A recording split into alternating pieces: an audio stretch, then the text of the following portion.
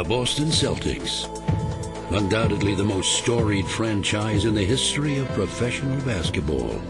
16 NBA championships, 24 Hall of Fame players.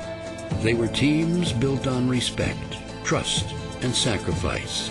They were teams built on winning. Greer's putting the ball on a play. He gets it out deep, and Havlicek steals it over the stand goal. Havlicek stole the ball. It's all over. It's all over. Now, a new generation of Celtics has emerged. Players with all the potential, but none of the championship glory. The question now stands, can this team, the 2008 Boston Celtics, reach the lofty heights of their predecessors? Or will their dreams ultimately go unfulfilled? Living up to one's past is not so easy to do.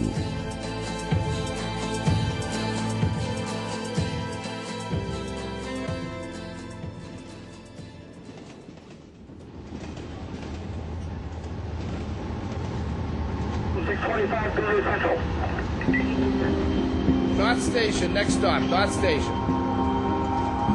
Oftentimes when a new team would come in, one of the first things they did was look up at the rafters, and you could see them experiencing something that they hadn't experienced in any other arena, because it's quite an awesome thing to look at all the banners and realize that this is where great basketball was played and a lot of historic things happened here.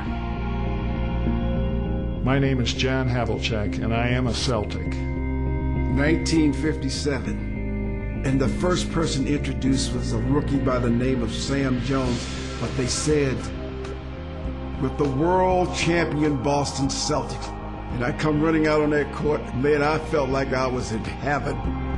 And when they turned on the lights, I almost wetted my pants. I had never seen so many people in my life.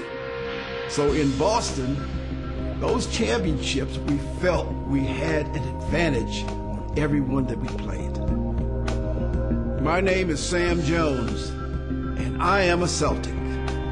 We'd go out on the floor and warm up, and I'd go through the drills, and I'd look down the other end. The other team would be warming up, and invariably there was 2 or 3 guys that instead of shooting would be down looking at us warming up at the other. We knew psychologically we had them. My name is Bob Cousy, and I'm a Celtic. The reputation had grown to the point we were the fastest gun in the West, man. We walked in that bar and, you know, everyone would whisper and say, God, that's the Celtics, that's the Celtics. Auerbach is lighting up the cigar, and the buzzer goes off, it's all over. The Boston Celtics are once again the world champions. Even after we started winning championships, you know, we'd win, and we'd come back 8 months later or 6 months later and say, all right, kill, win again, win again. Cousy's got the ball. He throws it straight up in the air. It's all over. They've won it again.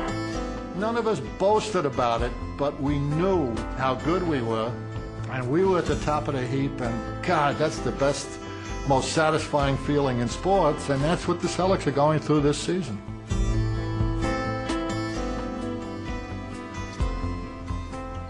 Again, last night, you know, after watching the film, the defensive effort was phenomenal. It really was. You had a team that is a great offensive team, the best offensive team in our league, really.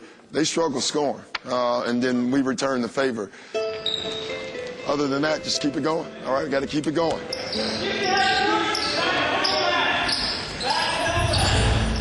With the Celtics' unmatched success this season, it's become easy to forget that it's been 22 years since Boston fans last saw a champion. For just days after winning it all in 1986, the franchise's good fortunes would undergo a dramatic reversal. The Boston Celtics select Len Bias of the University of Maryland. There he is, Len Bias.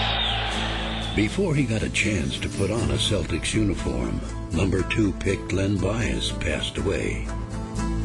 There was just an unrelenting string of bad luck that began with Len Bias. Starting with that, it seemed as if nothing went their way.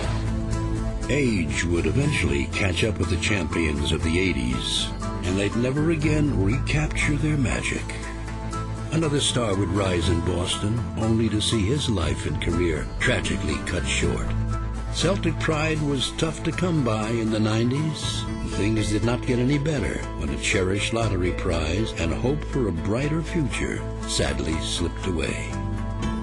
The fans have been sitting on their hands for 22 years without anything to cheer about. Just mediocrity.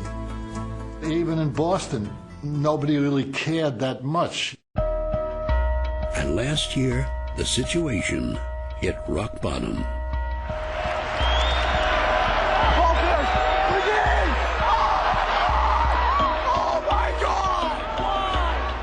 Crushed by a franchise record 18-game losing streak, the team endured the second worst season in its history.